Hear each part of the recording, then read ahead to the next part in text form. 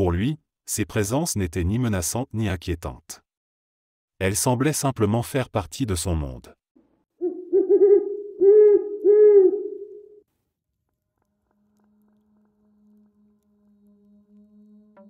Quand j'étais enfant, je crois avoir eu un ami imaginaire qui, en y repensant, pourrait avoir été quelque chose de bien plus étrange. Ce n'était pas un ami imaginaire classique, il semblait avoir une connexion spéciale avec un animal en peluche que j'avais dans ma chambre. Je ne me souviens pas exactement de son nom, mais je me souviens très bien de l'énergie qu'il dégageait et des moments troublants liés à sa présence. Je me rappelle lui parler souvent, comme si la peluche était vivante et consciente. Parfois, il me répondait, pas par des mots, mais à travers des mouvements étranges du jouet. Quand il était présent, la peluche changeait de position sans raison apparente. Je pouvais la poser sur une étagère et me réveiller pour la trouver assise dans un coin différent de la pièce, ou parfois même sur mon lit, me fixant. Quand il ne semblait pas habiter la peluche, j'avais l'impression qu'il flottait autour de moi. La nuit, je pouvais sentir sa présence lourde et froide, un poids invisible dans la pièce. Souvent, je me réveillais au milieu de la nuit à cause de bruits inexplicables, comme s'il faisait du bruit intentionnellement pour me déranger. Des bruissements, des pas légers, ou des grattements venaient de ma chambre, surtout de l'endroit où je rangeais la peluche. La sensation la plus terrifiante était le regard. Parfois, en me couchant, je pouvais sentir son regard insistant fixé sur moi. Si la peluche était dans la pièce, j'avais l'impression qu'elle m'observait, et si elle était dans le placard, j'entendais des bruits de mouvement, comme si quelque chose s'agitait là-dedans.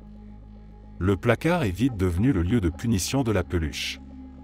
Chaque soir, je la mettais en temps mort dans le placard et refermais la porte, espérant pouvoir dormir en paix. Mais cela n'a pas toujours fonctionné. Je me souviens vivement d'une nuit particulière où tout cela a atteint un point critique. J'étais tellement effrayé que je me suis effondré en larmes devant mes parents, leur disant quelque chose comme « Je lui ai dit de rentrer chez lui », il devenait méchant et effrayant. Je ne sais pas pourquoi j'ai utilisé ces mots. Peut-être que, dans mon esprit d'enfant, je croyais qu'il avait un chez lui et qu'il pouvait simplement partir s'il le souhaitait. Après cette nuit-là, les mouvements de la peluche et les sensations étranges ont progressivement disparu. Il n'y a pas eu de moment dramatique ou d'événement final spectaculaire. C'était comme s'il avait juste cessé d'exister. Même aujourd'hui, je peux encore ressentir la présence froide et vide qu'il dégageait. C'était lourd, oppressant, comme un poids invisible qui remplissait la pièce.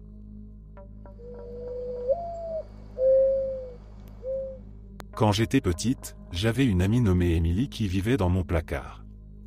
Elle portait une robe blanche, avait de longs cheveux noirs et un ruban rouge. Elle se tenait toujours dos à moi lorsque nous jouions ou discutions.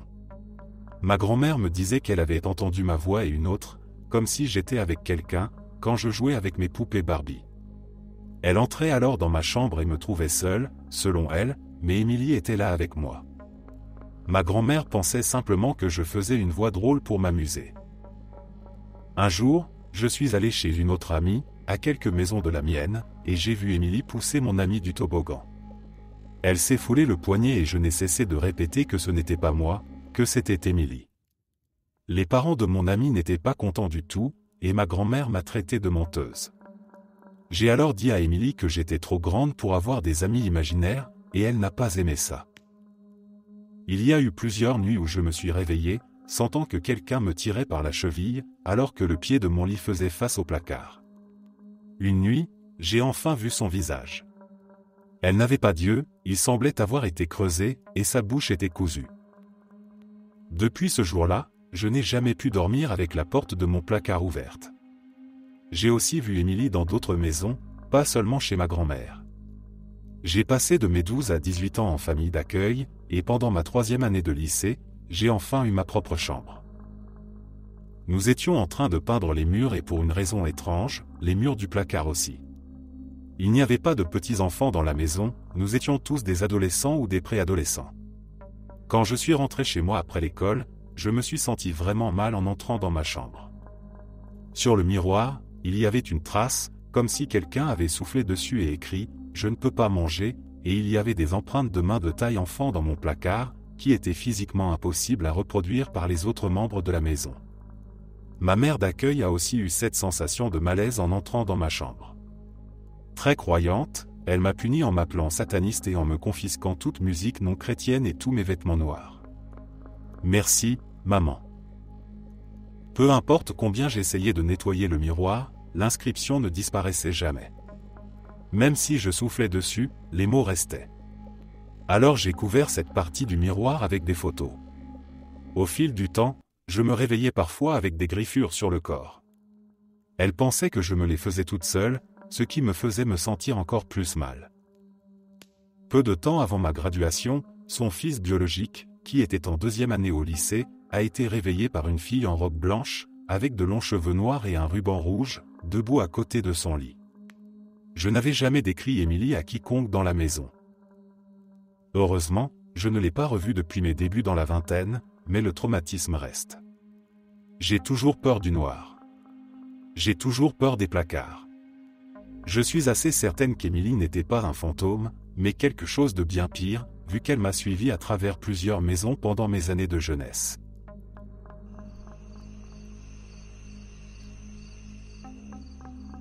Je l'ai vue pour la première fois à 18 ans. L'expérience m'a profondément effrayé. Ce n'était pas un simple frisson passager, mais une peur viscérale, impossible à expliquer. À 19 ans, les choses ont empiré, ça m'a parlé. Cela s'est présenté à moi, d'une manière presque formelle, comme si c'était une rencontre inévitable. Puisqu'on sera souvent ensemble, autant faire connaissance, a-t-il dit d'une voix calme mais terriblement pesante. Ce fut le début d'une descente aux enfers.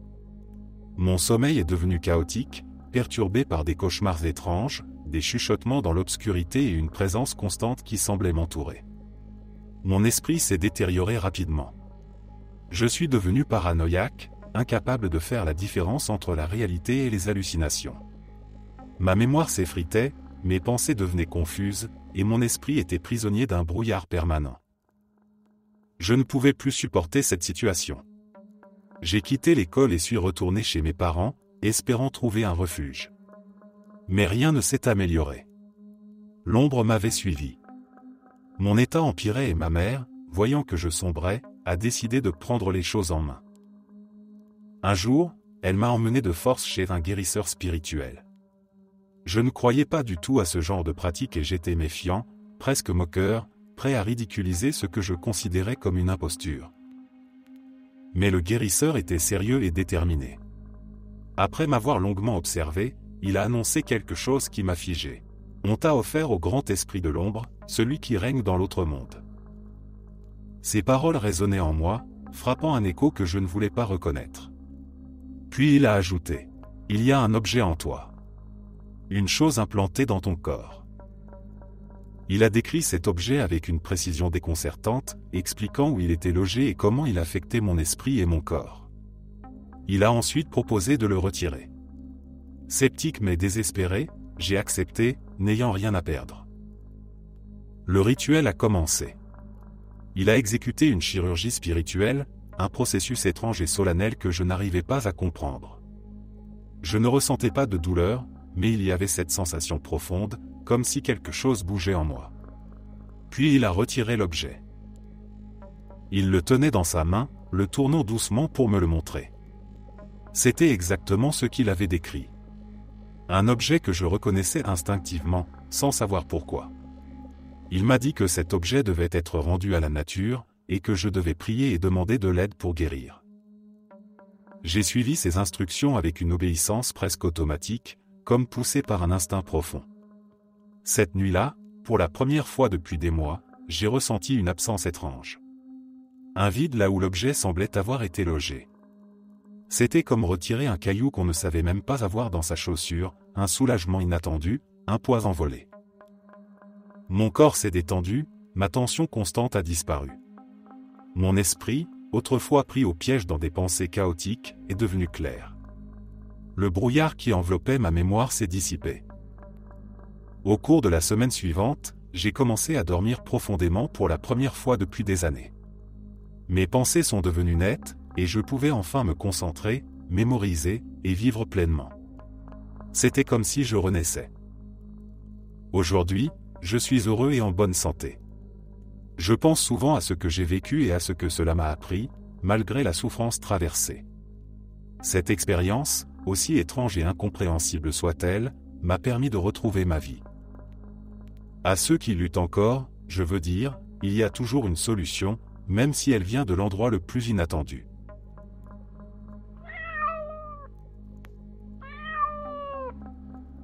Je réfléchis souvent à mon enfance et à un événement étrange que j'ai vécu. La plupart des enfants ont des amis imaginaires, mais je me souviens d'avoir réellement vu une manifestation physique de la mienne. Dans mes souvenirs, elle est aussi présente que les autres personnes que j'ai croisées pendant mon enfance. C'est comme si je repensais à une vieille amie. J'ai grandi dans une petite ville en Norvège, alors je m'excuse si mon anglais n'est pas parfait ou si je me trompe parfois dans mes mots. Bref, mes grands-parents vivaient à 8 km du village, en bordure des montagnes glacées, à côté d'un petit ruisseau qui serpentait à travers un champ, juste à côté de leur maison. C'était dans les années 90 et c'était un endroit où l'on pouvait jouer en toute sécurité. Enfants, nous allions souvent au ruisseau pour attraper des petits poissons, que nous mettions dans des bocaux avant de les relâcher. Un jeu inoffensif. À l'époque, il est surprenant de penser que ma grand-mère m'ait laissé jouer et explorer la campagne, mais c'était une autre époque et tout semblait tellement plus sûr. Il n'y avait jamais de choses étranges dans les environs, surtout près de chez mes grands-parents. Je me souviens avoir rencontré une petite fille un jour, alors que j'étais allé au ruisseau tout seul. Elle parlait un peu bizarrement et n'avait pas la couleur de peau typique des gens de notre village. Avant cette rencontre, je n'avais rencontré qu'une autre personne noire, un médecin, lorsque je me suis fait poser un plâtre à mon petit doigt après m'être coincé la main dans la portière de la voiture familiale. J'étais fasciné par cette fille. Ses cheveux étaient magnifiques, je les appelais des petites boucles, jusqu'à ce que je comprenne qu'il s'agissait d'un afro. Ce soir-là, j'étais tout excité de raconter à ma grand-mère que j'avais rencontré une fille qui avait des cheveux différents. Elle m'avait dit s'appeler Ruth, et nous avons joué ensemble pendant un moment, jusqu'à ce que j'entende ma grand-mère m'appeler. Je ne me suis jamais demandé pourquoi Ruth était là ni où elle vivait. J'étais simplement heureux d'avoir une nouvelle amie. Et je me sentais tellement émerveillé de voir quelqu'un qui me semblait différent, avec un style qui n'était pas celui de ma ville. Maintenant, je me sens un peu mal de l'avoir vue comme une curiosité, une merveille. Je sais qu'en tant qu'adulte, nous ne devrions pas être étonnés par la couleur de la peau des autres, mais enfant, c'était un sentiment d'émerveillement. J'espère que je m'exprime bien. À chaque fois que j'allais chez mes grands-parents, Ruth était là. Si ce n'était pas près du ruisseau, c'était au pied de quelques arbres dans un champ. Ce n'était pas vraiment une forêt, juste quelques hectares de végétation. Elle apparaissait souvent derrière un arbre, me regardant, un peu cachée. Un jour, je lui ai demandé si elle vivait dans les bois, et elle m'a répondu que sa famille vivait en Amérique, et qu'elle restait ici en attendant de pouvoir retourner chez elle. Un jour, j'ai remarqué qu'elle était particulièrement triste, accroupie dans le champ, la tête baissée. Je me suis précipité vers elle, et dès qu'elle m'a vu, elle s'est illuminée et est redevenue joyeuse. J'ai parlé de Ruth à mes grands-parents, mais aussi à mes parents. Mes parents travaillaient jusqu'à 18 h, et après l'école, j'allais chez mes grands-parents jusqu'à ce qu'ils viennent me chercher. Ma grand-mère me donnait le dîner, et ensuite j'allais jouer avec Ruth. Ma famille pensait que c'était simplement mon imagination. Quand ils mettaient la table, ils plaisantaient en disant « Ruth peut s'asseoir ici », et moi je répondais « Mais elle ne peut pas entrer dans la maison, elle ne peut rester que dans le champ, les arbres ou près du ruisseau. » Mes grands-parents rigolaient, mais ça me mettait un peu en colère. Un jour, alors que je jouais dans le champ avec Ruth, je lui ai demandé si je pouvais voir sa maison. Elle m'a répondu qu'elle pouvait me montrer, mais qu'il fallait que je sois vraiment sûr. J'ai promis que je l'étais. Même si mes grands-parents m'avaient interdit d'aller seul dans les bois, je voulais vraiment y aller. J'avais Ruth avec moi. Ruth m'a alors guidé à travers les arbres. Pour une raison étrange, elle semblait entrer dans la forêt sans difficulté, tandis que moi, je devais me frayer un chemin à travers les buissons. Lorsque je suis arrivé dans la clairière, j'ai ressenti un frisson glacé me parcourir le dos. Bien que la Norvège ne soit pas un endroit particulièrement chaud comparé à d'autres pays, chez nous, à Longyearbyen, l'hiver est long et rude. Nos étés sont courts et frais, mais cette température me semblait anormalement froide pour une journée d'été. C'était comme si l'air lui-même était glacé, bien plus froid que ce à quoi j'étais habitué. Lorsque j'ai suivi Ruth plus loin dans les arbres, elle m'a conduite jusqu'à un bunker en pierre, que je reconnaissais comme ceux utilisés par les pêcheurs pour stocker leurs filets et leur matériel. Je me souviens avoir demandé à Ruth, « Tu vis ici ?» et elle m'a mis son doigt sur les lèvres pour me faire taire. J'ai ouvert le couvercle en bois du bunker, et en levant les yeux, j'ai vu un visage noir me regarder, me fixant intensément. Je me suis précipité pour refermer le couvercle et j'ai hurlé de terreur. Ruth m'a regardé, les yeux écarquillés, visiblement effrayée, et elle s'est enfuie dans les arbres. Soudain, j'ai senti la température chuter encore plus, et j'ai entendu un bruit de grattement, comme si quelqu'un essayait de sortir du bunker. Figé par la peur, je suis resté là un instant, mais une énergie m'a soudainement traversé et je me suis mis à courir à toute vitesse, le froid me poursuivant à travers le champ. En pleurant, j'ai couru jusqu'à la maison de mes grands-parents. Ils m'ont vu en pleurs et ont essayé de me consoler. Ma grand-mère m'a donné du lait chaud et m'a prise dans ses bras pour me calmer. Je lui ai tout raconté. Elle était un peu contrariée que je sois allé dans les bois seul, mais elle m'a assuré qu'il n'y avait rien d'inquiétant là-bas. J'ai essayé de lui expliquer que Ruth était réelle et qu'il y avait un homme dans le bunker, mais mon grand-père a insisté pour me montrer qu'il n'y avait rien. Il m'a prise par la main, déterminé à me rassurer, malgré mes protestations. Nous avons marché ensemble jusqu'à la clairière. Je n'ai vu ni Ruth ni rien d'anormal. Nous avons ouvert le bunker et n'y avons trouvé que des vieux filets et des pics rouillés. Mais il y avait des griffures sur le toit. Mon grand-père m'a expliqué que c'était probablement des griffures d'animal, peut-être d'un renard. Je lui ai dit que c'était un homme, mais il a refusé de m'écouter. Il m'a dit que c'était clairement des traces d'animaux et qu'il fallait que je cesse de m'imaginer des histoires. Depuis cet incident, je n'ai plus jamais revu Ruth ni osé m'aventurer dans les bois. Pas avant de revenir plus tard avec mon cousin, quand nous avons trouvé d'anciennes pierres en forme de monticules, sans doute préservées par la neige. Elles m'ont rappelé des tombes improvisées. Je n'y suis jamais retourné depuis, et mes grands-parents sont décédés. Mon oncle vit toujours là-bas, et il m'a raconté que, du XVIIe au XIXe siècle, des esclaves noirs étaient passés par la Norvège. Il m'a aussi parlé des histoires racontées par notre grand-père sur les premiers noirs de Longyearbyen, qui auraient été mangés par des ours polaires. Je ne crois pas vraiment à ce conte, mais je me demande si, finalement, j'ai joué avec l'esprit d'un enfant esclave.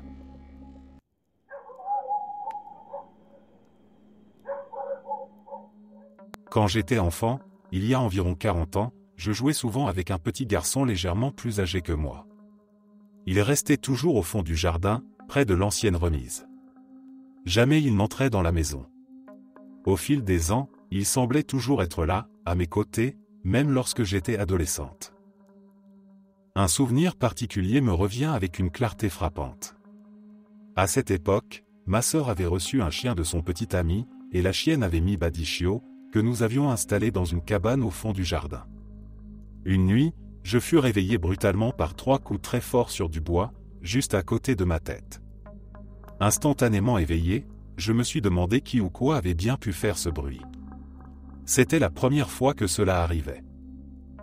Puis, sans trop réfléchir, je suis descendu vérifier les chiots. Ils allaient tous bien, sauf un. Je l'ai trouvé à moitié gelé, coincé sous la caisse de Misbah. Mon cœur s'est serré, et je l'ai rapidement pris dans mes mains pour le réchauffer. Après un moment, il a commencé à remuer, et je l'ai remis près de sa mère. Il a survécu et s'est complètement rétabli. Des années plus tard, marié avec 2 enfants et un nouveau-né, une autre nuit m'a laissé marqué à jamais. Mon bébé avait été particulièrement agité ce soir-là, et à 5 heures du matin, après de nombreuses heures de pleurs, il s'était enfin endormi dans son berceau. Épuisé, je m'étais laissé tomber dans mon lit. À peine avais-je fermé les yeux que 3 coups puissants sur le bois m'ont réveillé en sursaut. Irrité, je me suis levé et j'ai d'abord vérifié les 2 aînés, qui dormaient profondément. J'allais retourner me coucher quand quelque chose m'a poussé à jeter un œil sur le bébé.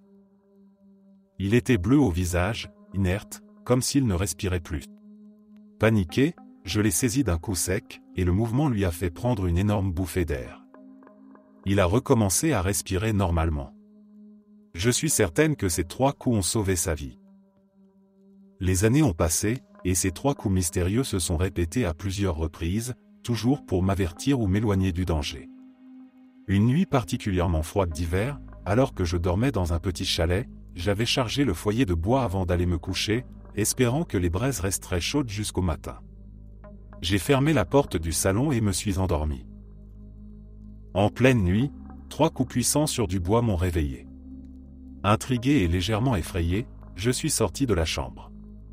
Dès que j'ai ouvert la porte du salon, une épaisse fumée s'est engouffrée dans le couloir. Un morceau de bois enflammé était tombé du foyer et brûlait doucement la moquette, remplissant la pièce de fumée toxique. Si je n'avais pas été réveillé à ce moment précis, je n'ose imaginer ce qui aurait pu arriver. Plus tard, lors d'une séance dans une église spiritualiste, une médium très intuitive m'a soudain demandé « Qui est cet esprit masculin à vos côtés ?» Il est tout vêtu de blanc, ce qui signifie qu'il n'a jamais vécu dans notre monde terrestre. Il est rempli d'amour fraternel pour vous ? Qui est-il ? Je lui ai répondu que je n'en avais aucune idée. Elle a insisté. Demandez à votre mère. Lorsque j'ai posé la question à ma mère, elle a éclaté en sanglots. Elle m'a avoué qu'avant ma naissance, elle et mon père s'étaient retrouvés enceints par accident et avaient dû se marier en secret. Le bébé était un petit garçon, mais il était mort juste avant la naissance. Ils avaient caché cette tragédie à tout le monde, y compris à nous, leurs enfants. Ils l'avaient appelé Michael Patrick. À cet instant, tout s'est éclairé. Michael n'avait jamais quitté ma vie. C'était lui, le garçon avec qui je jouais quand j'étais enfant. C'était lui qui avait frappé 3 fois pour me réveiller chaque fois que ma vie était en danger. Après la naissance de mon 4e enfant, les coups ont cessé. Je ne l'ai plus entendu ni vu. Mais quelque chose me dit qu'il n'a jamais été bien loin. J'ai toujours senti un lien profond et spécial avec mon 4e enfant, comme si Michael était revenu dans ce monde à travers lui. Même s'il vit maintenant à l'autre bout du monde, nous partageons encore une connexion spirituelle unique que rien ne semble pouvoir briser. Je ne crois pas au hasard.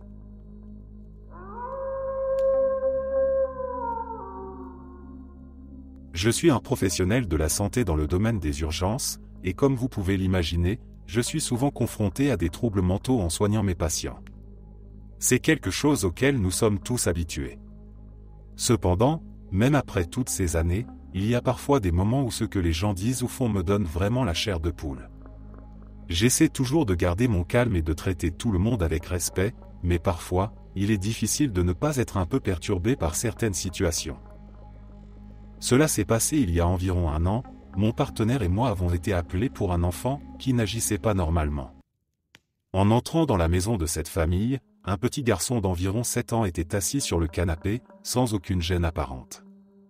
Il regardait autour de lui, agissait normalement, parlait avec sa famille. La mère du garçon nous explique qu'il voit et parle à son grand-père décédé récemment et qu'elle aimerait qu'on l'emmène à l'hôpital car ces événements ne s'améliorent pas. Nous l'avons donc conduit dans l'ambulance, où je me suis assis avec lui et sa mère pour prendre ses signes vitaux. Tout était normal, température, tension artérielle, taux de sucre dans le sang, rien ne clochait. Pendant que je lui posais des questions tout en enregistrant ces données, il détourne soudainement son regard de moi et fixe les fenêtres arrière de l'ambulance. C'est là que l'étrange s'est produit. Le garçon a souri, comme s'il voyait quelqu'un qu'il connaissait. Il a fait un signe de la main vers un invisible. Puis il a dit, « Je savais que tu me trouverais ici. Assieds-toi à côté de lui. » Il pointait vers moi. Je ne peux pas décrire l'effet que cela m'a fait. C'est comme si un frisson glacé m'avait parcouru l'échine. Il semblait converser tranquillement avec cette personne invisible, tout en continuant à répondre à mes questions. Je lui ai demandé, « Il ressemble à quoi ton ami ?» Il dit quoi ? Mais il ne répondait pas directement. Finalement, je lui ai demandé, « Est-ce que je peux lui parler ?» À ce moment-là, une étrange silence est tombé sur la pièce. Tout s'est figé. Le garçon avait l'air soudainement effrayé. Il a dit, « Non, s'il vous plaît. Laisse-le tranquille. Il est juste curieux. » Puis il s'est tourné vers moi et a ajouté, « Non, il ne veut pas te parler. Il dit qu'il te déteste. » Le garçon a regardé la place vide à côté de moi, hochant la tête comme s'il approuvait ce qui venait d'être dit. J'ai alors tourné mon regard vers la mère du garçon, et j'ai vu la peur dans ses yeux. C'était indescriptible. Le garçon a continué en disant, « Grand-papa, pourquoi tes yeux brillent comme ça? » « Oh, d'accord. À bientôt. » À ce moment-là, l'ambulance a commencé son trajet vers l'hôpital. Ce qui est étrange, c'est que, après ce moment, le garçon ne sembla plus préoccupé par ce qu'il avait vu. Il s'est remis à parler de manière tout à fait normale, sans mentionner de nouveau son « ami invisible ». Lorsqu'on lui a demandé à propos de cet ami imaginaire, il a simplement dit « Oh, c'est juste mon grand-papa. » Il m'a dit qu'il ne pouvait pas aller plus loin. Cette situation m'a laissé complètement perplexe. C'est difficile de mettre des mots sur ce que j'ai ressenti ce jour-là. J'ai vu quelque chose, ou du moins j'ai été témoin d'un événement qui dépasse largement ce à quoi j'étais habitué dans mon travail. C'est le genre de choses qu'on garde pour soi, même si ça nous fait douter de tout. Je suis un professionnel, mais parfois, des expériences comme celle-ci me rappellent qu'il y a encore bien des choses qu'on ne comprend pas.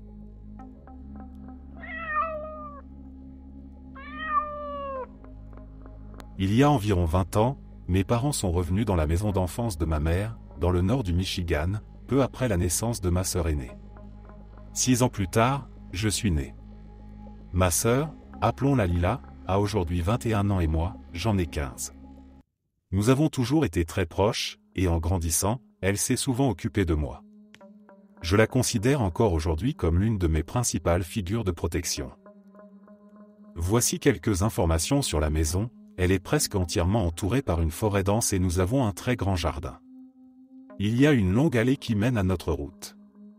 Sur cette route, il y a un cimetière de taille moyenne, avec des tombes datant du début des années 1800, ainsi que de nombreuses tombes sans nom.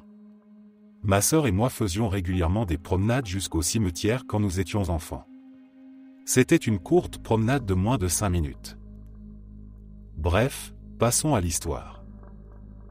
Quelques années après que mes parents se soient installés dans notre maison actuelle, ma sœur était encore une petite enfant et je n'étais pas encore né. Ma sœur a commencé à parler à un ami imaginaire nommé Bobby. Ma mère l'a retrouvée souvent dehors, à rigoler et à parler toute seule. Lorsqu'elle lui demandait à qui elle parlait, ma sœur lui répondait que c'était son ami Bobby. Mes parents pensaient que c'était simplement un ami imaginaire, ce qui est tout à fait courant à cet âge-là. Quelques années plus tard, ma sœur avait environ 8 ou 9 ans, et moi, j'étais encore une petite enfant. J'étais extrêmement énergique et curieuse, et je passais beaucoup de temps à explorer le quartier, pendant que ma mère dormait. Je passais presque tout mon temps dehors, à jouer ou à chercher des aventures. Un jour comme les autres, je jouais dans le jardin. Ma mère est venue vérifier ce que je faisais et m'a trouvé en train de rigoler et de parler toute seule. Elle m'a demandé à qui je parlais, et je lui ai répondu que c'était mon ami Bobby. Elle s'est immédiatement rappelée de l'ami imaginaire de ma sœur, qui portait le même nom. Ma mère, étant une chrétienne très croyante et un peu superstitieuse, m'a prise dans ses bras et a ordonné à Bobby de partir. Elle lui a dit respectueusement qu'il n'était pas le bienvenu chez nous. Après cela, je n'ai plus jamais parlé à Bobby. Quelques années plus tard, ma mère et moi discutions de mon enfance, et ce souvenir est revenu. Je n'avais presque aucun souvenir de Bobby et ne me souvenais que vaguement d'avoir eu un ami imaginaire. Mais ce que ma mère m'a raconté à ce sujet m'a profondément fasciné et perturbé. Ma sœur, elle, se rappelle encore de ses promenades dans le cimetière et de son ami imaginaire. Je pense que c'est un exemple de la façon dont les enfants, dans leur innocence, acceptent la réalité telle qu'elle est, sans jamais la remettre en question. J'aimerais croire que Bobby était simplement une âme solitaire qui trouvait de la joie à jouer avec ma sœur et moi.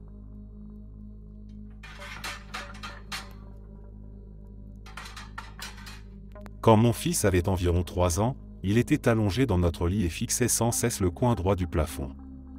Intrigué, je lui ai demandé ce qu'il regardait, et il m'a répondu « l'homme dans le coin ». À l'intérieur, je paniquais un peu, mais j'ai essayé de rester calme et je lui ai dit de se rendormir. Le soir suivant, la même chose s'est produite. J'ai commencé à poser des questions comme « il a l'air de quoi ?» et « pourquoi il est là ?» Il m'a répondu qu'il avait une moustache comme mon grand-père et qu'il était là pour nous protéger. Je lui ai dit d'accord, c'est bien, allons nous coucher, en espérant changer de sujet. Quelques jours ou une semaine plus tard, je suis assise sur le lit, et mon fils entre joyeusement dans la chambre, s'arrête net et regarde dans le même coin en disant simplement « l'homme ». J'ai tourné la tête rapidement pour jeter un coup d'œil, terrifié, et à ce moment-là, une forme noire, une sorte de brume ou d'ombre, a filé très rapidement, petite mais vraiment rapide. J'ai crié à plein poumon pour appeler mon mari, qui est arrivé en courant, pensant que quelque chose de grave s'était passé. Je lui ai expliqué la situation, et il m'a regardé comme si j'avais deux têtes. Après cela, mon fils n'a plus jamais mentionné l'homme. Quelques mois plus tard, je suis tombé enceinte de ma fille. À partir de 5 ou 6 mois, elle a commencé à fixer le même coin, comme si elle se concentrait sur quelque chose. Heureusement, nous avons déménagé peu de temps après. Mon fils, aujourd'hui âgé de 7 ans, se plaint encore de voir ou de ressentir des choses, ou refuse carrément de me dire ce dont il a rêvé ou ce qui le fait peur. Il est maintenant très méfiant à l'idée de s'endormir dans le noir. Je lui ai dit de simplement leur dire qu'il est un enfant de Dieu et que rien ne peut l'atteindre. Mais je suis sûr qu'il est sensible à certaines choses. Il n'a jamais eu d'amis imaginaires, ni parlé à l'air, mais il se laisse facilement effrayer. Tout cela me fait encore me poser des questions. Mon fils ne s'invente pas des histoires, et je suis convaincu qu'il perçoit des choses qui échappent à la compréhension des adultes. C'est difficile à expliquer, mais il semble parfois avoir une connexion particulière avec certaines énergies, où il ressent quelque chose que d'autres ne voient pas. Depuis aussi loin que je me souvienne, une créature étrange me suit. Au fil des années, notre relation a évolué de façons inexplicables, passant de la complicité à la peur, puis à quelque chose de plus complexe encore. Je ne sais toujours pas comment interpréter sa présence. Quand j'étais petite, peut-être pas plus de 5 ans, cette créature était mon amie imaginaire. Je l'avais appelée Shadow, car elle me rappelait le personnage de Sonic. Shadow ressemblait à un mélange curieux entre un petit garçon et un chat. Son visage était presque humain, mais ses yeux étaient d'un vert intense, perçants comme ceux d'un félin. Il marchait sur 2 jambes et avait des mains humaines, mais ses doigts étaient terminés par des griffes acérées.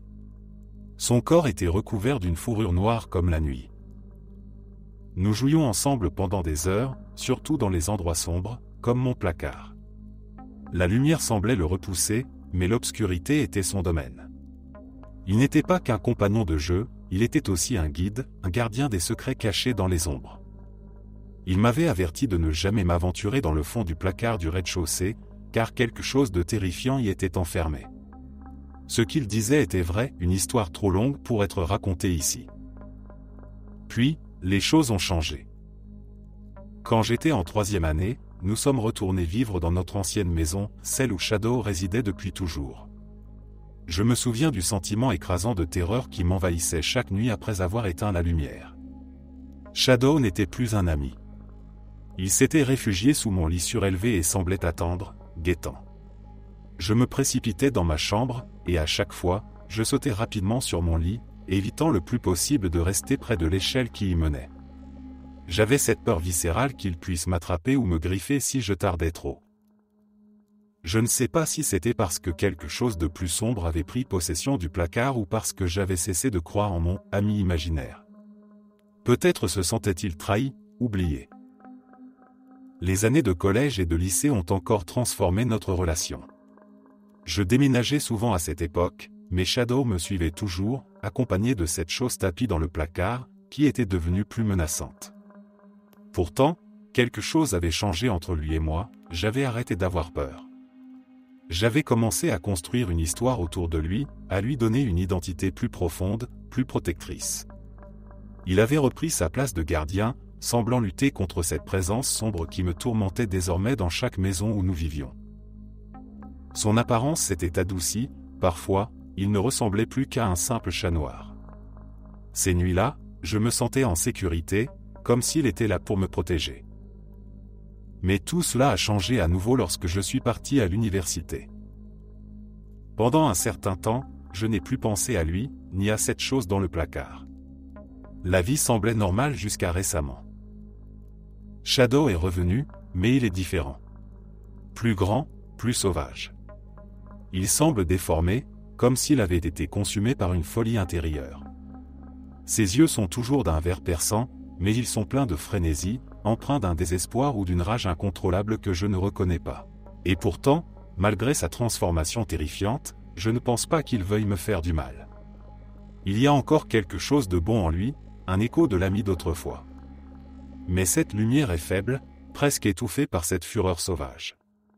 Sa présence m'oppresse, et chaque fois que je le vois désormais, je ressens un besoin urgent de fuir, même si une partie de moi se demande encore s'il essaie de me protéger, comme avant ou si c'est de lui que je dois m'échapper maintenant.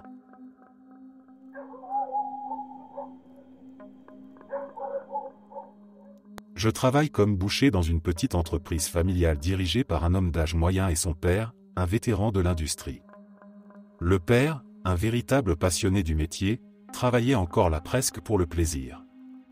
C'était un homme exceptionnel, généreux, toujours prêt à transmettre son savoir.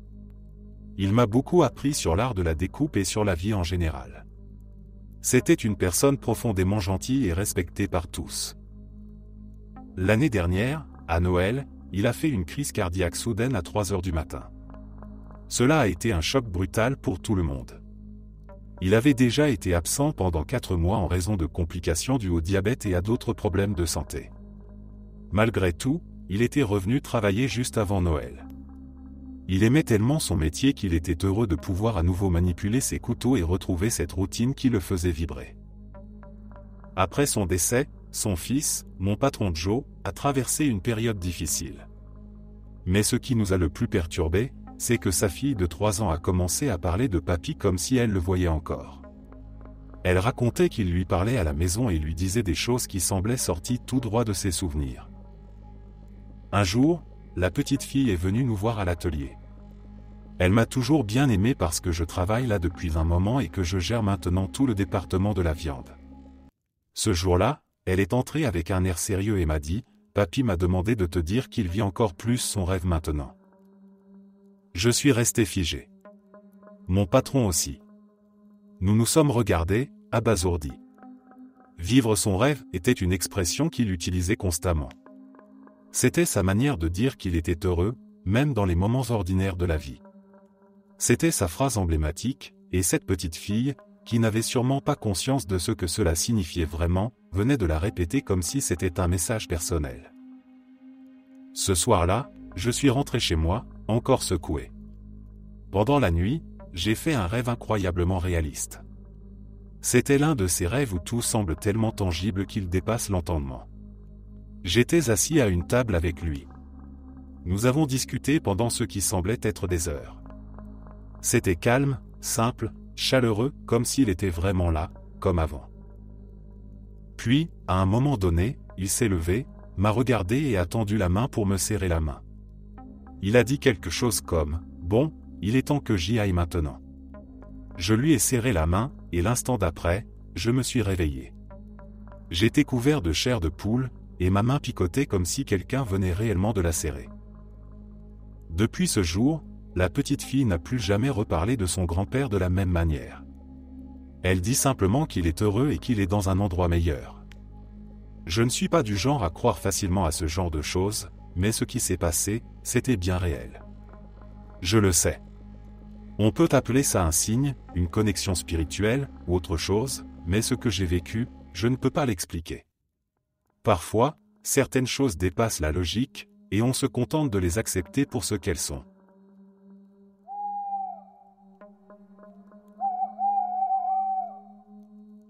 Quand j'étais enfant, ma famille et moi avons emménagé dans une maison qui, à ce jour, reste l'un des endroits les plus étranges que j'ai jamais connus. C'était au début des années 2000, juste après la flambée des prix de l'immobilier. La seule maison que nous pouvions nous permettre dans le quartier scolaire souhaité était en piteux état. Elle avait été utilisée comme repère de toxicomanes, les fenêtres avaient été fracassées par la police, la clôture avait été détruite par les forces spéciales, et nous avons même trouvé des seringues dans l'évier de la cuisine. C'était un vrai cauchemar, mais mes parents se sont retroussés les manches pour la rénover avant que nous y emménagions. Mon beau-père travaillait tard le soir pour peindre les murs recouverts de graffitis. Un soir, il est rentré à la maison l'air troublé. Il nous a raconté qu'en arrivant à la maison pour travailler, il avait vu un enfant traverser l'une des chambres avant d'entrer dans la chambre principale. Pensant que ma mère, ma sœur ou moi étions venus plus tôt dans la journée, il a fouillé la maison, mais elle était complètement vide. Les fenêtres avaient été réparées, donc personne n'aurait pu entrer par effraction. Ma mère, pragmatique, a mis ça sur le compte des vapeurs de peinture et lui a conseillé de porter un masque. Peu de temps après notre installation, quelque chose d'encore plus étrange s'est produit. Ma sœur, qui n'avait jamais été du genre à inventer des amis imaginaires ou à jouer à faire semblant, a commencé à parler sans arrêt d'un ami imaginaire nommé Mikey. Ce qui était bizarre, c'est que Mikey n'était pas un ami joyeux ou réconfortant. Il était agaçant, perturbateur et la contrariait sans arrêt. Elle se plaignait constamment que Mikey ne partageait pas, Mikey avait touché son jus, Mikey ne jouait pas correctement. C'était presque comme si elle vivait une relation conflictuelle avec une véritable personne. Quelques mois plus tard, notre voisine a discuté avec ma mère et lui a parlé des précédents locataires de la maison. Apparemment, les enfants qui vivaient là avant nous avaient aussi un ami imaginaire nommé Mikey. La voisine elle-même affirmait l'avoir vu. Mon sang s'est glacé lorsque j'ai entendu cette histoire. Avec le temps, d'autres événements étranges se sont produits. Nos jouets s'allumaient tout seuls, même lorsque ma mère retirait les piles avant de partir travailler. Je me souviens d'un tirelire en forme de cochon qui faisait du bruit lorsqu'on y insérait une pièce. Une nuit, elle n'arrêtait pas de s'activer, bien qu'il n'y ait rien dedans. Après avoir tout essayé pour l'arrêter, je l'ai finalement jeté à la poubelle. Mais ce n'était pas tout. Chaque nuit, je me réveillais dans des positions impossibles. Ma mère me trouvait coincé entre mon lit et ma commode, plié en boule dans un espace bien trop petit pour un enfant de mon âge. Nous avons même installé des barrières de sécurité sur les côtés de mon lit, mais cela continuait. Curieusement, cela n'arrivait jamais quand je dormais chez mes grands-parents. Seulement dans cette maison. Un soir, alors que ma mère faisait la vaisselle en rentrant du travail, elle a eu la sensation d'être observée. Elle s'est retournée et a vu un garçon d'environ 8 ans debout dans le salon, qui a disparu en une fraction de seconde. Puis est venue l'expérience la plus étrange, l'incident des ballons. Pour l'anniversaire de ma sœur, ma mère avait attaché plusieurs ballons ensemble et les avait laissés dans un coin du salon. Une nuit, alors que l'air était parfaitement calme et que les ventilateurs étaient éteints, les ballons se sont déplacés lentement, comme si quelqu'un les tirait. Ils ont traversé le salon, ont longé le couloir en se déplaçant de manière délibérée, contournant même le lustre du couloir, avant de s'arrêter devant la porte de la chambre de ma sœur. Paniquée mais déterminée, ma mère a dit à haute voix, « Mikey, si tu veux les ballons, tu peux les prendre. » À ce moment précis, les ballons sont entrés dans la chambre de ma sœur. Peu après, en passant devant un vieux Taco Bell de style mission espagnol, ma sœur a innocemment déclaré, « Mikey dit qu'il vivait dans une maison comme ça. » Ma mère a fait des recherches sur l'histoire de la propriété. Avant que le terrain ne devienne une ferme d'élevage, il abritait une mission catholique pour enfants orphelins. C'était exactement le genre de bâtiment dont ma sœur avait parlé, sans même savoir ce que cela signifiait. Les anniversaires de Mikey devinrent également un rituel involontaire. Un an, ma sœur a insisté pour que nous fêtions son anniversaire avec un gâteau. Ma mère, intriguée, a marqué la date sur le calendrier. L'année suivante, sans qu'on lui rappelle quoi que ce soit, ma sœur a redemandé à faire un gâteau pour Mikey, le même jour. Un jouet que ma mère avait acheté pour lui, un petit cheval en plastique, a mystérieusement disparu peu après. Des années plus tard, en jouant dans le jardin, nous avons trouvé le cheval enterré. Nous l'avons ramené à l'intérieur et l'avons posé sur la table basse. Cette même nuit, le cheval a disparu à nouveau et n'a jamais été retrouvé. Je ne suis jamais retourné dans cette maison après que mes parents se sont séparés et que nous avons déménagé.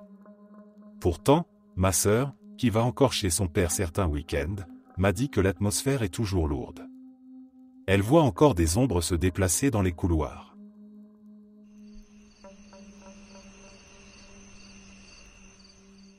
Quand j'étais enfant, j'avais une imagination débordante et plusieurs amis imaginaires au fil des ans. Mais le tout premier, celui qui est resté gravé dans ma mémoire, était différent. J'avais 2 ou 3 ans quand Karen est apparue dans ma vie. Contrairement à mes autres inventions plus tardives, elle semblait réelle, presque tangible. Toute ma famille connaissait Karen parce que j'insistais pour qu'elle soit traitée comme une vraie personne. Si mes parents faisaient semblant de l'ignorer, cela me mettait en colère. Parfois, ma mère m'entendait tenir de longues conversations seule dans ma chambre, comme si quelqu'un me répondait. Elle trouvait ça étrange, presque trop élaboré pour un simple jeu d'enfant. Pour elle, Karen n'était pas un personnage inventé comme les autres, elle semblait bien plus réelle. Mes parents jouaient parfois le jeu en disant « Eh bien, bonjour Karen ».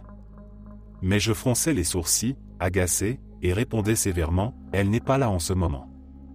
Cette précision constante les troublait, comme si Karen avait ses propres horaires et règles. Puis nous avons déménagé.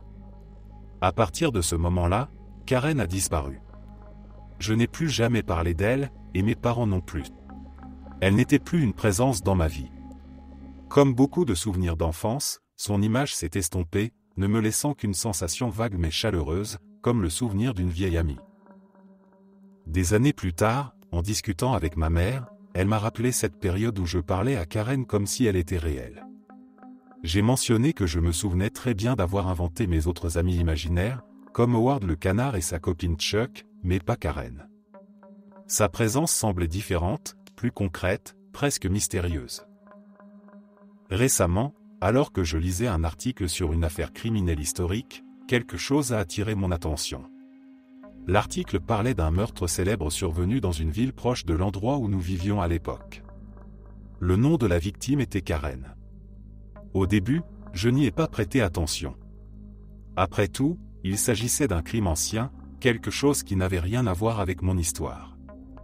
Puis j'ai continué à lire et appris que Karen avait été assassinée et que son corps avait été enterré à seulement 2,5 km de notre ancienne maison. Un frisson m'a parcouru. Juste par curiosité, j'ai envoyé un message à ma mère pour lui demander l'adresse exacte de notre ancienne maison. Elle me l'a donnée, et le lien géographique était réel. L'endroit où Karen avait été enterrée était très proche de chez nous. Je ne dis pas que je suis absolument certaine que cette Karen était ma Karen, mais les coïncidences sont troublantes.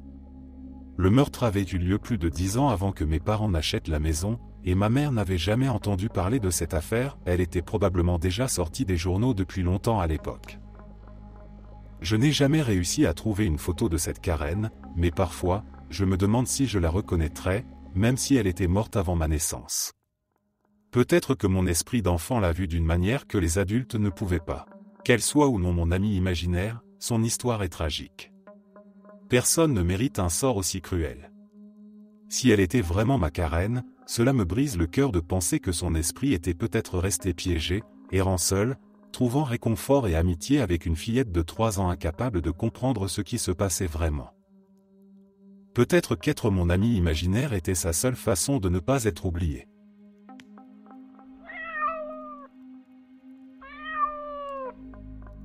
Entre l'âge de 2 et 5 ans, j'avais ce que l'on pensait être une amie imaginaire qui vivait dans ma chambre.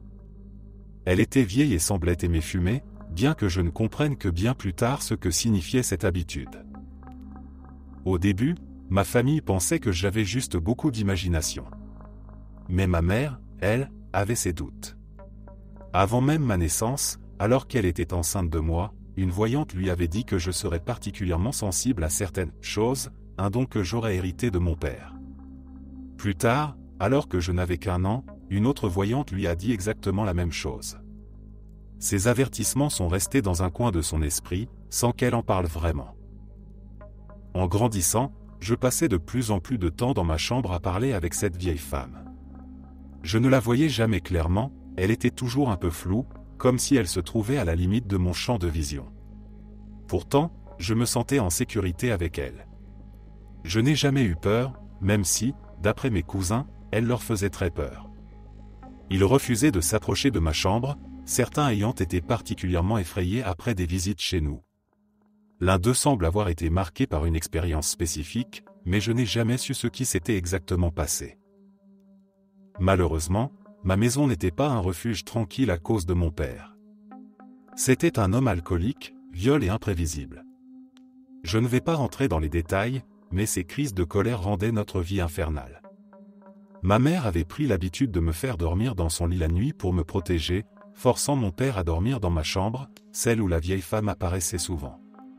Cette situation a rapidement transformé mon espace personnel en un lieu que je n'aimais plus fréquenter, surtout lorsqu'il y restait des journées entières à dormir ces excès de la veille.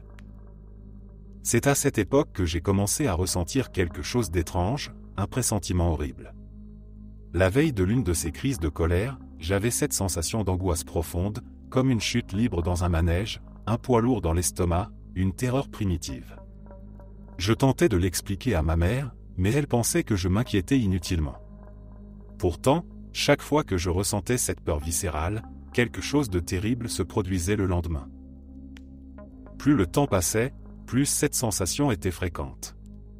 Rester dans ma chambre amplifiait cette peur au point de me faire fuir cet espace autrefois familier. C'était devenu intenable. Un jour, mon oncle, pour une raison que j'ignore encore, a reçu une carte de prière bénie d'un ministre. Il a décidé de me l'offrir, pensant que cela pourrait m'apporter du réconfort. Ma mère a glissé la carte dans un coin du cadre d'un grand poster encadré que j'avais au-dessus de mon lit. Bien que nous ne soyons pas particulièrement religieux, c'était un geste gentil et symbolique. Puis, quelques nuits plus tard, alors que ma mère et moi étions dans sa chambre à regarder un vieux film à la télévision, un bruit de verre brisé a retenti depuis ma chambre. Nous avons entendu mon père hurler, exigeant qu'on vienne voir ce qui venait de se passer. Ma mère s'est précipitée dans la pièce, et j'ai suivi juste derrière elle. La scène était irréelle. Le poster encadré au-dessus de mon lit avait explosé en morceaux, couvrant mon père de verre brisé, alors qu'il dormait profondément. Le cadre, pourtant, était toujours solidement fixé au mur, comme s'il n'avait jamais bougé. Seul le verre et le poster avaient été pulvérisés. La carte de prière, elle, était restée exactement là où elle avait été placée, intacte. Mon père était furieux, mais ébranlé. Ma mère, quant à elle, semblait comprendre qu'il se passait quelque chose de bien plus profond. Peu de temps après cet incident, la situation avec mon père a empiré, et ma mère et moi avons dû fuir la maison, laissant tout derrière nous. Aujourd'hui encore, certains membres de ma famille pensent que mon ami imaginaire était quelque chose de sombre. Ils croient qu'elle était malveillante, que l'épisode du verre brisé était un acte de colère surnaturelle. Mais je ne suis pas d'accord. Je crois que cette vieille femme floue était protectrice, une présence bienveillante venue nous aider dans un moment de profonde détresse. Peut-être qu'elle n'était pas là pour moi, mais pour nous protéger toutes les deux, ma mère et moi, quand nous étions seuls et vulnérables.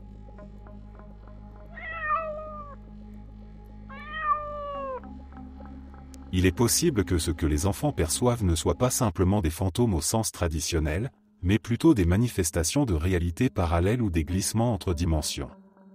Peut-être sont-ils capables de voir des fragments d'un monde que nous, adultes, ne pouvons plus percevoir, en raison des limites imposées par notre développement cérébral. Les neurosciences ont démontré que le cerveau humain subit un processus de remodelage intense durant l'enfance, notamment à travers ce que l'on appelle l'élagage synaptique. Pendant cette période, le cerveau des enfants regorge de connexions neuronales en constante formation. Ces connexions sont en partie responsables de leur capacité à apprendre rapidement, à maîtriser plusieurs langues ou à développer des habiletés sensorielles complexes. Cependant, à mesure qu'ils grandissent, leur cerveau commence à éliminer les connexions inutilisées pour devenir plus efficace. Ce processus débute vers l'âge de 2 ans et se poursuit jusqu'à la fin de l'enfance, vers 10 ans. Cette réorganisation neuronale pourrait expliquer pourquoi les enfants semblent parfois voir ou interagir avec des choses que nous ne pouvons pas percevoir. Avant que leur cerveau ne sélectionne les informations essentielles à leur survie et à leur développement dans notre monde physique, ils pourraient être capables de capter une gamme plus large du spectre lumineux ou des fréquences sensorielles que nous ignorons naturellement. Je repense à ma propre expérience avec ma fille lorsqu'elle était encore bébé, entre 3 et 6 mois. Elle fixait souvent le plafond du couloir de notre maison, ses yeux suivant des mouvements invisibles pour nous. C'était plus qu'un simple regard distrait, elle semblait réellement suivre quelque chose, concentrée et attentive. À mesure que nous approchions de cette zone, son comportement changeait. Elle frissonnait et se recroquevillait contre nous, enfouissant son visage dans notre épaule comme si elle cherchait à se protéger. Cette réaction n'était pas due à un jeu de lumière ou à un objet matériel, car nous avions minutieusement inspecté l'endroit plusieurs fois. Mais pour elle, c'était clair, quelque chose était là. Avec le temps, cette réaction a disparu, comme si son esprit, en grandissant, avait cessé de percevoir cette présence mystérieuse. Plus tard, lorsqu'elle avait environ 3 ou 4 ans, elle nous a raconté qu'un garçon d'ombre jouait parfois dans sa chambre. Elle le voyait assis par terre, la regardant en riant doucement, sans jamais paraître menaçant. Il était là, dans son monde, sans interagir directement avec elle, comme s'il évoluait dans une réalité parallèle légèrement superposée à la nôtre. Avec le temps, elle a cessé de parler de lui, et nous avons supposé que ce souvenir s'était effacé, ou que la connexion qu'elle avait autrefois eue avec cette présence avait été rompue. Cette expérience m'a fait réfléchir au rôle que joue notre cerveau dans la perception de la réalité. Si les enfants semblent plus enclins à voir ces êtres ou ces présences, c'est peut-être parce qu'ils n'ont pas encore appris à filtrer les informations que nous considérons inutiles.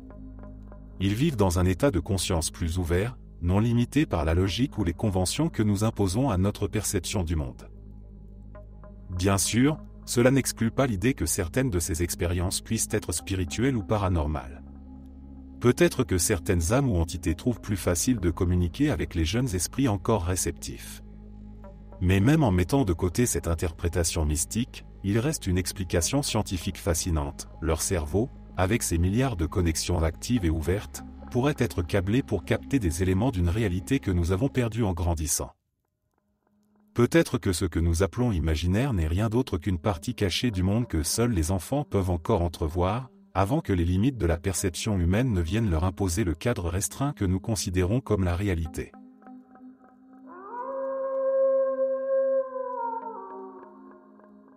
Quand j'étais enfant, j'avais une amie imaginaire nommée Franny. C'était une petite fille de mon âge, toujours habillée d'une robe rouge et blanche et coiffée de nattes noires. Ce qui était étrange avec elle, c'est qu'elle semblait obsédée par la salle de bain. Peu importe où je jouais ou ce que je faisais, elle restait toujours dans la salle de bain. Ma mère se faisait souvent peur à cause de Franny. Chaque fois qu'elle tirait la chasse d'eau, je hurlais de panique. Elle accourait pour voir ce qui n'allait pas et, en larmes, je lui disais toujours la même chose: « Tu as fleussé Franny dans les toilettes. » Elle tentait de me calmer, mais pour moi, c'était réel. J'étais persuadé que ma mère envoyait Franny dans les égouts à chaque fois qu'elle utilisait les toilettes. Puis un jour, quelque chose d'inhabituel s'est produit. Franny est venue avec nous à l'épicerie, ce qu'elle n'avait jamais fait auparavant. Elle restait toujours à la maison, près de la salle de bain. J'étais ravi qu'elle soit là pour une fois. C'était comme si elle avait enfin quitté notre maison pour découvrir le monde extérieur. Mais alors que nous quittions le magasin, je me suis figé et j'ai crié. Ma mère, paniquée, m'a demandé ce qui n'allait pas. « On a oublié Franny à l'épicerie », ai-je répondu en tremblant. Tentant de me rassurer, elle m'a dit: « Elle sait où nous habitons. Elle retrouvera son chemin. » Mais Franny n'est jamais revenue. Ce qui rend cette histoire encore plus étrange, c'est qu'à cette époque, quelque chose de mystérieux se produisait chaque jour. Ma mère et mon petit frère faisaient la sieste l'après-midi, mais je n'arrivais jamais à dormir pendant la journée. Je restais éveillé, seul dans la maison. Et chaque jour, comme sur commande, les toilettes de l'autre côté de la maison, celles de la salle de jeu, bien loin de ma chambre, se mettaient à tirer la chasse d'eau toute seule. Cela me terrifiait, mais je n'osais pas bouger. Je savais que personne ne pouvait être là, mais le son était bien réel et se répétait chaque jour. Je restais figé, écoutant le bruit familier de l'eau qui s'écoulait comme après une véritable chasse d'eau. Un jour, décidé à prouver que je ne rêvais pas, j'ai réveillé mon petit frère et l'ai traîné dans le couloir pour attendre avec moi.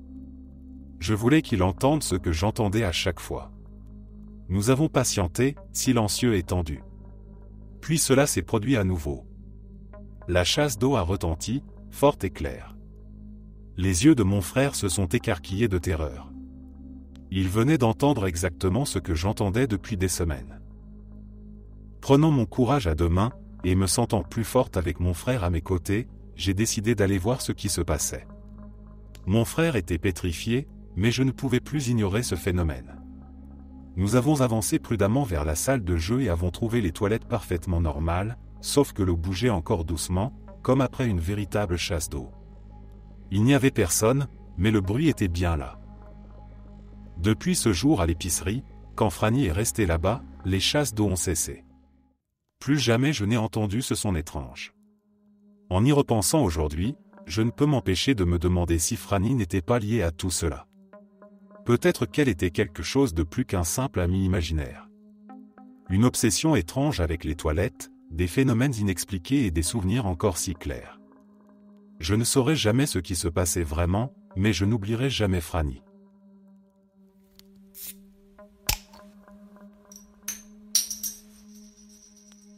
Quand mon neveu était tout petit, il jouait souvent seul et semblait avoir de longues conversations avec les murs. Il parlait à l'air, gesticulait comme s'il était en pleine discussion avec quelqu'un. Quand nous lui demandions avec qui il parlait, il devenait immédiatement défensif, croisant les bras et s'exclamant « Personne ». Au début, nous pensions qu'il traversait simplement une phase d'ami imaginaire, comme beaucoup d'enfants. C'était presque amusant, jusqu'à ce que ça devienne étrange, puis effrayant. Une nuit, alors que ma sœur le couchait, elle l'a fait réciter ses prières, comme à son habitude. Mais ce soir-là, il s'est tourné vers elle, l'air sérieux et presque désespéré, et a demandé « Maman, si je prie très fort, est-ce que les chuchotements vont partir pour que je puisse dormir ?» Le cœur de ma sœur s'est figé. Elle lui a demandé ce qu'il voulait dire par « les chuchotements ». Il a répondu d'un ton calme et résigné « Les gens qui parlent dans ma chambre la nuit ». Cette phrase seule nous a glacé le sang. Il n'avait pas l'air de plaisanter ni de chercher à attirer l'attention. C'était dit avec une telle sincérité qu'il était impossible de ne pas le croire. Peu de temps après cet incident, il a raconté à ma sœur qu'un chien venait lui rendre visite chaque nuit. Il disait qu'il venait lui faire des câlins et lui lécher le visage. Curieuse mais méfiante, ma sœur lui a demandé à quoi ressemblait ce chien. Ce qu'il a décrit l'a pétrifié. Son apparence, sa taille, la couleur de son pelage. Tout correspondait exactement à leur chien mort, décédé environ 1 an avant sa naissance. Il n'avait jamais vu de photo du chien, ni entendu de récit à son sujet. Et pourtant, il avait donné une description détaillée et précise. Puis il a commencé à dessiner des images de sa famille, mais il y avait toujours plus de membres sur les dessins que dans la vraie vie. Il ajoutait des personnes supplémentaires, des silhouettes parfois floues, parfois détaillées, comme si elles faisaient aussi partie de sa famille. Inconsciemment, il semblait voir ou percevoir quelqu'un d'autre. Nous étions abasourdis par tout cela. C'était comme s'il avait un pied dans un autre monde, capable de voir ce qui nous était invisible.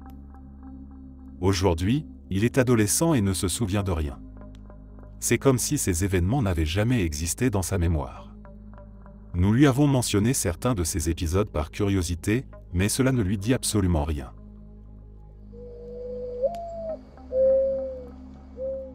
Quand mon fils était encore tout petit, avant qu'il ne commence l'école, mon mari et moi avions pris l'habitude de dormir un peu plus tard les week-ends.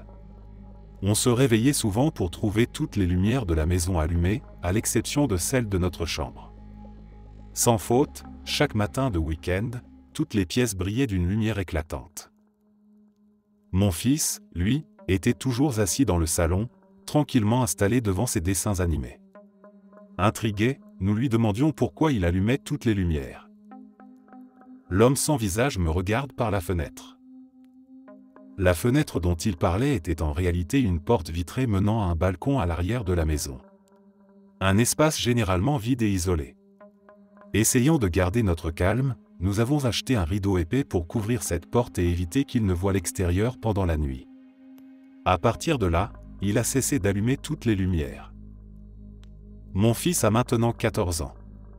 Ce qui me préoccupe encore aujourd'hui, c'est qu'il parle toujours de cette présence. Il dit qu'il y a quelque chose qui reste avec lui depuis toutes ces années. Un être sombre, une ombre, toujours à proximité, l'observant de loin mais parfois plus proche.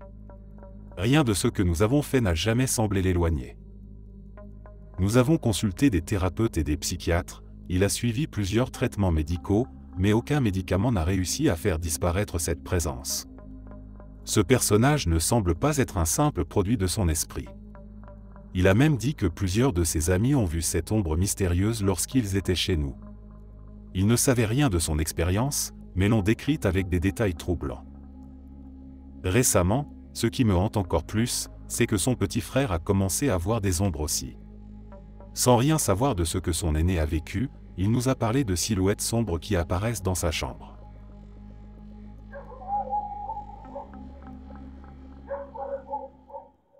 Quand j'avais environ 4 ans, je passais tous mes week-ends chez mes grands-parents pour soulager un peu ma mère, qui jonglait entre le travail et les études tout en élevant mes 2 frères. J'étais une enfant calme, capable de me divertir seule, ce qui rendait ma garde assez facile pour mes grands-parents âgés. À cause de mon problème de somnambulisme, j'avais un petit lit installé juste à côté du leur, dans leur chambre. Une nuit, alors que mes grands-parents dormaient profondément, je regardais la télévision installée sur la commode. Sans avertissement, la télévision s'est éteinte d'elle-même. Le téléviseur s'était coupé, et le télécommande était posé seul sur la table de nuit, hors de portée. Pourtant, cela ne m'a pas effrayé, mon esprit d'enfant a simplement pensé, la télé est éteinte, il est temps de dormir. Alors que je me pelotonnais sous les couvertures, mon regard a été attiré vers le coin de la chambre, baigné de la lumière de la rue filtrant à travers la fenêtre. Il était là. Une silhouette grande et immobile, enveloppée dans ce que je décrirais plus tard comme une cape sombre, bien que je jurais à l'époque qu'il portait une robe. Son visage était rouge, strié de lignes noires semblant couler du sommet de son crâne.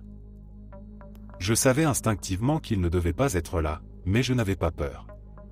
Je criais le nom de mes grands-parents, les secouais violemment, mais ils ne se réveillaient pas. Une panique sourde a commencé à monter, non pas pour moi, mais pour eux. Je me suis retourné pour voir la silhouette lever la main, comme pour m'inviter à la suivre. Lentement, il s'est déplacé vers la porte de la chambre, glissant sans bruit. Je ne saurais expliquer pourquoi j'ai suivi cette silhouette dans le couloir et jusque dans la cuisine. C'était comme si je devais simplement voir où elle allait. Je l'ai vu passer dans le salon, mais quand je suis entré à mon tour, il avait disparu. C'est là que la peur a frappé. Le froid m'a enveloppé, et une sensation de terreur viscérale m'a envahi. Je me suis précipité dans la chambre de mes grands-parents et me suis jeté sur leur lit, pleurant et balbutiant ce que je venais de voir. Cette fois, ils se sont réveillés immédiatement.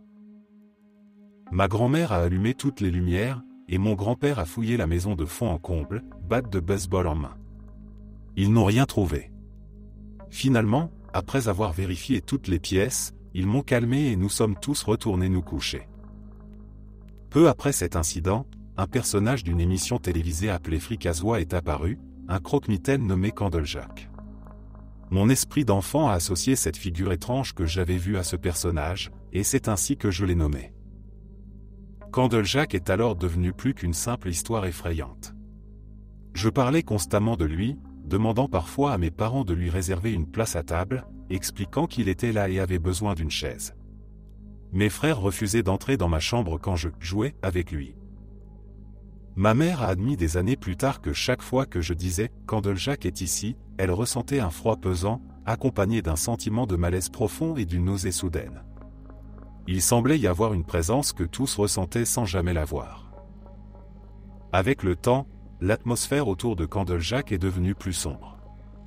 J'ai commencé à croire que s'il n'était pas heureux, il pourrait me faire du mal. Je ne sais pas d'où venait cette conviction, mais elle est devenue profondément ancrée en moi. J'ai commencé à l'ignorer, affirmant qu'il était parti à l'université pour qu'on arrête d'en parler.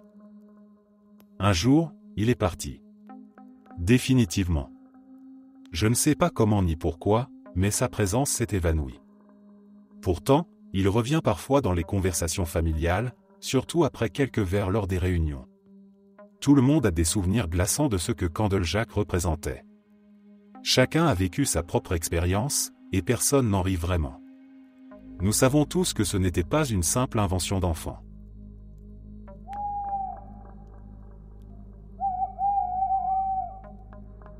Quand j'étais très jeune, nous vivions dans une petite maison en briques à Summerville, en Caroline du Sud.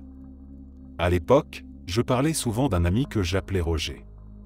Pour moi, Roger était réel, mon compagnon de jeu constant.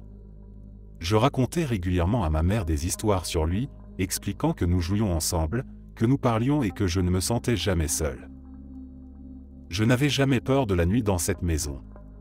Même quand je voyais des ombres bouger dans le couloir, je ne ressentais aucune inquiétude. Je savais que c'était juste Roger.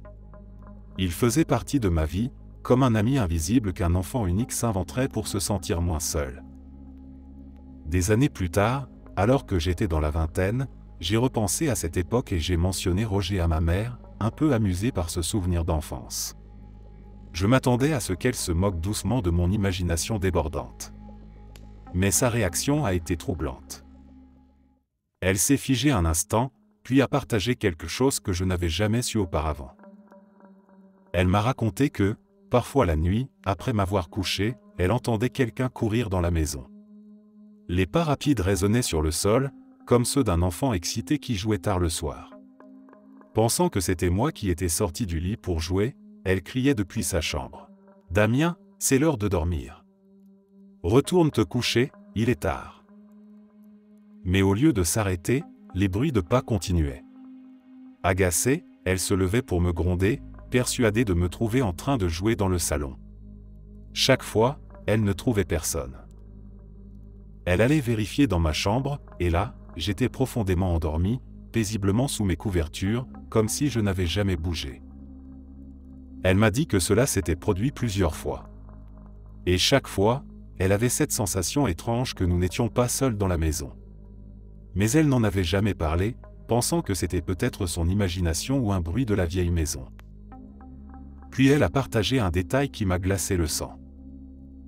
Après que nous ayons déménagé, elle avait appris que la famille qui vivait dans la maison avant nous avait perdu un enfant. Un petit garçon du nom de Roger. Elle ne savait pas comment il était mort, mais il était décédé dans cette maison, là où nous avions vécu toutes ces années.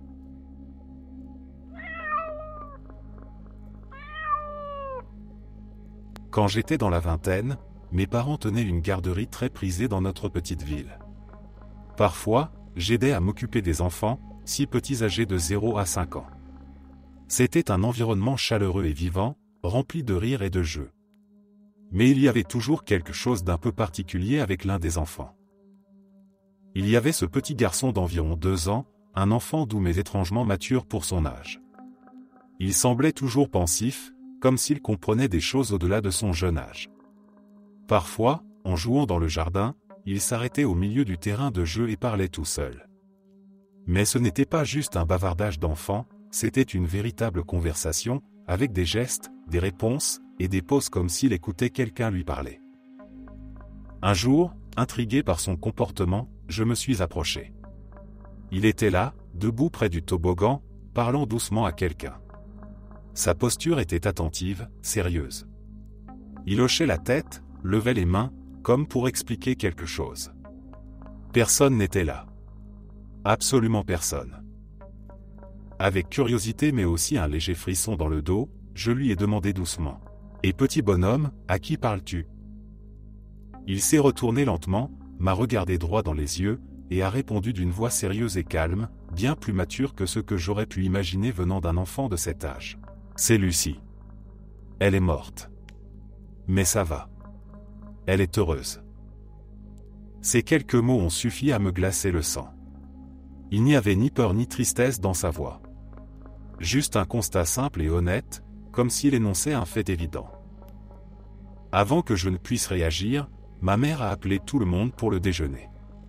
Essayant de rester naturel, je lui ai tendu la main avec un sourire. « Allez, viens manger. » Il a pris ma main sans hésiter, mais avant de partir, il s'est retourné vers l'endroit où il se tenait et a fait un signe de la main. « Au revoir, Lucie. » Je suis resté figé un instant, observant l'endroit vide où il avait regardé avec une telle concentration. Rien ne semblait étrange, et pourtant, tout l'était. Plus tard dans l'après-midi, j'ai raconté l'incident à mes parents. Ma mère a froncé les sourcils, puis a mentionné que sa mère leur avait parlé de quelque chose de similaire. Elle disait souvent qu'il bavardait dans sa chambre, ayant de longues conversations alors qu'il était seul. Quand elle lui demandait avec qui il parlait, il répondait simplement « avec Lucie ». Elle avait supposé que c'était un ami imaginaire, comme beaucoup d'enfants en inventent, sauf que dans son cas, il ne jouait jamais avec elle. C'était toujours sérieux, comme s'il avait vraiment un lien profond avec cette personne. Ce qui m'a marqué, c'était cette absence totale de peur chez lui. Il n'était pas effrayé. Pas du tout. Pour lui, Lucie existait, quelque part dans un monde que je ne pouvais pas voir. Elle était morte, mais elle était heureuse et c'était tout ce qui importait.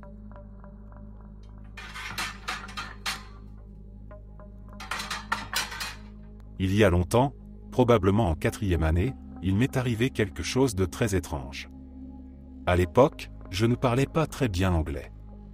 J'étais l'enfant silencieux de la classe, celui qui ne disait jamais un mot. J'avais peur de faire des erreurs et de m'embarrasser, alors je préférais rester discret et passer inaperçu. Puis un jour, tout a changé. J'ai fait ma première amie dans cette classe. Elle s'appelait Josie. Nous sommes rapidement devenus inséparables, partageant des moments de complicité rares pour quelqu'un comme moi, qui avait du mal à s'intégrer. Elle était gentille, patiente et pleine de vie, toujours prête à me tirer de ma coquille. Puis, un matin, Josie n'était pas là.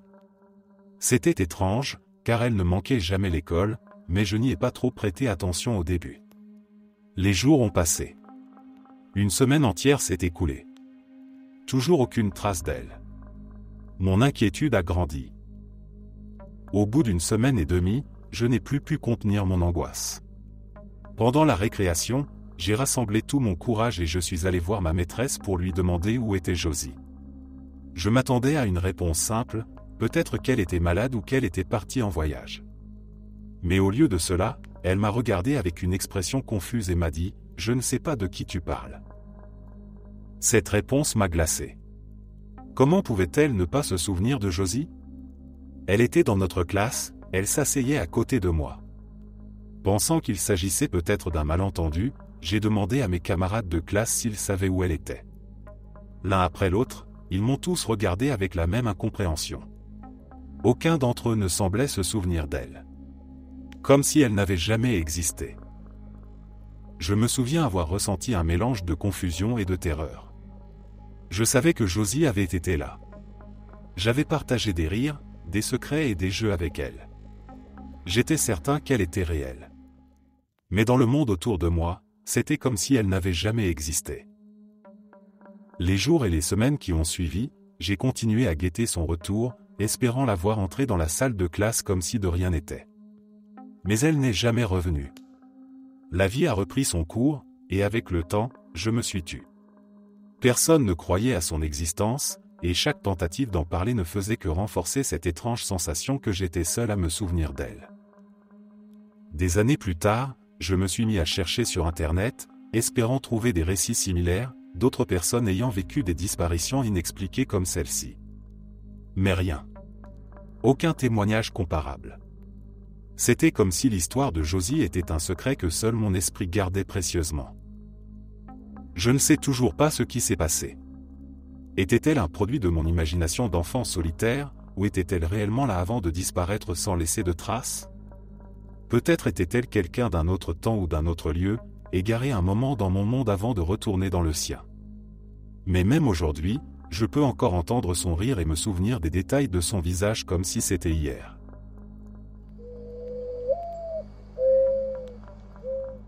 Il y a quelques mois, un événement étrange s'est produit avec mon fils de 2 ans et demi, et depuis, je n'arrête pas d'y penser. Nous vivons dans une région du Texas qui était autrefois habitée par la tribu Comanche, jusqu'à la fin des années 1800. Nous sommes à moins de 30 km du site archéologique de Go, l'un des plus anciens sites habités d'Amérique du Nord, où des traces de présence humaine remontant à 15 000 ou 20 000 ans ont été découvertes. Pourtant, mon fils ne sait rien de cela. Ni ma femme ni moi ne lui avons jamais parlé des peuples autochtones, des Amérindiens ou des Comanches. Ces notions ne font tout simplement pas partie de son univers. Un soir, un vieil ami est venu dîner chez nous. Nous discutions de tout et de rien, et à un moment donné, la conversation s'est tournée vers un vieux mur en pierre près de notre maison. Mon ami a mentionné que le mur avait probablement été construit à l'époque où les Comanches vivaient encore dans la région. C'est alors que mon fils, qui jouait tranquillement à table, a brusquement levé la tête et déclaré qu'il connaissait les Comanches. Cette phrase nous a pris au dépourvu. Mon épouse et moi avons échangé un regard interrogatif. L'innocence et la certitude de son affirmation nous ont immédiatement intrigués, d'autant plus que nous savions pertinemment qu'il n'avait jamais été exposé à ce terme ni à aucun récit historique. Mon fils a poursuivi, expliquant d'un ton tout à fait naturel qu'il entendait les Comanches dans le ciel, surtout la nuit. Il a précisé qu'il parlait une langue bizarre et qu'il pouvait la comprendre. Il ne semblait ni effrayé ni troublé, comme si cette situation était parfaitement normale pour lui. Son visage restait calme et sérieux, sans aucune trace d'hésitation. Ce qui m'a le plus troublé, c'est lorsqu'il a décrit leur apparence. Il a mentionné qu'ils ressemblaient un peu à des animaux, mais qu'ils étaient aussi des personnes. Cette description m'a glacé. En tant qu'amateur d'histoire, je connaissais bien les coutumes des Comanches. Leur coiffe était souvent fabriquée à partir de têtes de bison, de cornes et de plumes. Ils portaient des vêtements et des ornements faits de dents, de griffes et de cuir de cerf. Pour un enfant qui n'a jamais vu de telles images, sa description était étrangement précise. Il n'y avait aucune raison pour qu'il associe des personnes à des animaux, à moins qu'il n'ait vu quelque chose, mais où et comment. Ce qui me frappe encore aujourd'hui, c'est l'absence totale de peur dans sa voix. Pour lui, ces présences n'étaient ni menaçantes ni inquiétantes. Elles semblaient simplement faire partie de son monde. Il a mentionné qu'il lui parlait, qu'il le saluait d'une voix grave, mais jamais il ne s'est montré inquiet ou effrayé. Il a décrit ces rencontres comme quelque chose de banal, presque familier. Après avoir raconté cela, il a continué à manger comme si de rien n'était, tandis que ma femme et moi restions pétrifiés. L'air détaché avec lequel il en parlait rendait l'expérience encore plus déroutante. Rien dans notre foyer, notre mode de vie ou nos conversations précédentes ne pouvait expliquer ce qu'il venait de dire. Depuis, je repense souvent à ce moment. Était-ce une simple manifestation de l'imagination d'un enfant, un jeu de son esprit encore malléable? Ou bien était-ce quelque chose de plus profond, une connexion à des mémoires anciennes, à des échos du passé de cette terre chargée d'histoire? Je n'ai jamais trouvé de réponse, mais cette soirée a changé ma façon de voir certaines choses. Le voile entre passé et présent semble parfois si mince. Peut-être que les esprits des anciens habitants de cette région continuent à murmurer leurs histoires à ceux qui sont capables de les entendre.